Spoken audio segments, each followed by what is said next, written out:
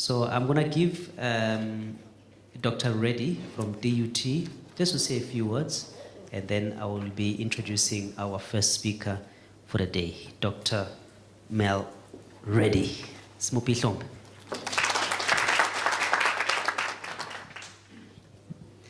Good morning to you all. I trust you had yourself a good afternoon. Yes?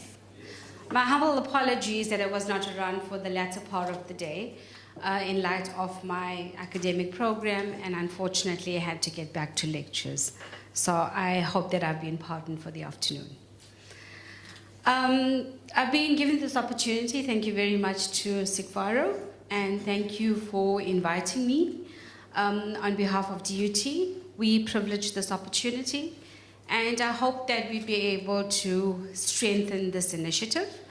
I'm also hoping that we can engage across various forums, levels, just so that we can assist each other in terms of the necessary guidance, support, and basically to enable each other in terms of our common plights that we have. The area of supply chain management is rather very critical.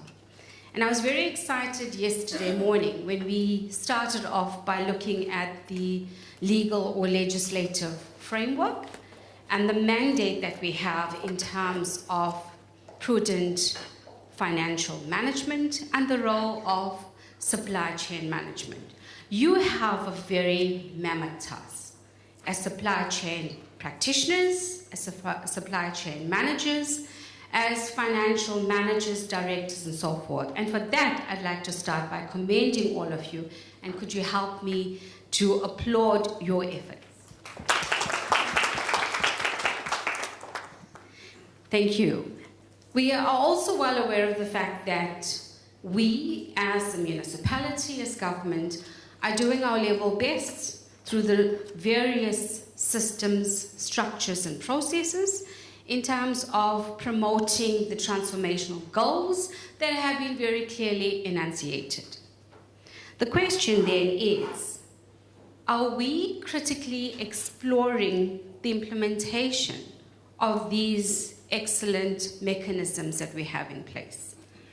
Yesterday's discussion looked at the key legislations, your framework, the do's and the don'ts, and the extent to which we should be applying them. Yes, it's conformance. We're conforming to the various legislation, the policy that we have in place, the structures and systems that have been set up.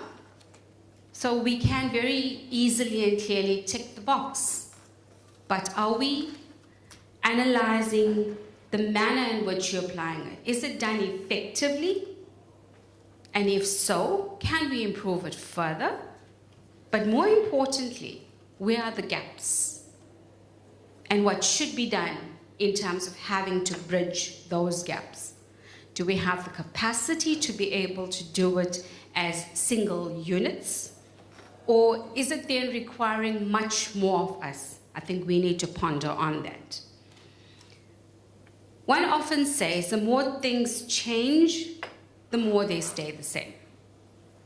And this is very reflective of our current practices and the challenges that we as SCM units are confronted with on an ongoing and regular basis. I trust that you would agree with me. I think it's important to highlight the fact that there's a purpose for supply chain management. If you looked at the morning's presentation, it clearly outlined the policy framework for the supply chain management process.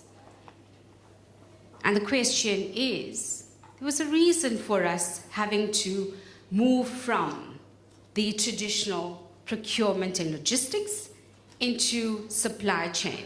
The focus being on an integrated approach and having to improve effectiveness, efficiency, economy, accountability, transparency. But to what extent are we actually achieving that? And that is, I think, our role in terms of having to examine that more closely so that we can then effectively implement what we call supply chain management and the intentions for which it was in the first place introduced. The other critical area for me is around supply chain unit itself. The sad thing is that there's a notion that supply chain management division or unit, whatever one wants to refer to it as, is seen as a support structure. Am I correct? So we enable what needs to be done in terms of achieving the mandate of our organization, in terms of having to achieve the goals that are set out, and we then become that mechanism in terms of facilitating that process. In light of having that understanding, personally, I look at that as the problem in light of the fact that there seems to be lack of respect for us as SCM, as the SCM unit, as officials, as practitioners, in the sense that when necessary guidelines and documentation, and when one sets out very clear requirements and framework, it's not really treated with seriousness. And the question is, but why? It's because of the manner in which we are structured and the issue around becoming authoritative, or the fact that you want to then take ownership for your own units without having to realize that you need to integrate across the board. So you do not afford the SCM units or divisions, as well as the staff themselves, the respect that they deserve. And this then leads to, if you look at the issues that we had yesterday, where invoices are kept for days or months on ends, and then produced, and you then, as the SCM unit, need to perform miracles. If there was the necessary respect awarded to you, would that have occurred? No. We spoke about issues around procurement planning and the question of why is that not sufficient procurement planning, or at what stage should the procurement planning process commence? And the issue around that is, if SCM and the unit SCM itself is awarded that status that it should receive within the organization, would we be then grappling with these little but significant issues?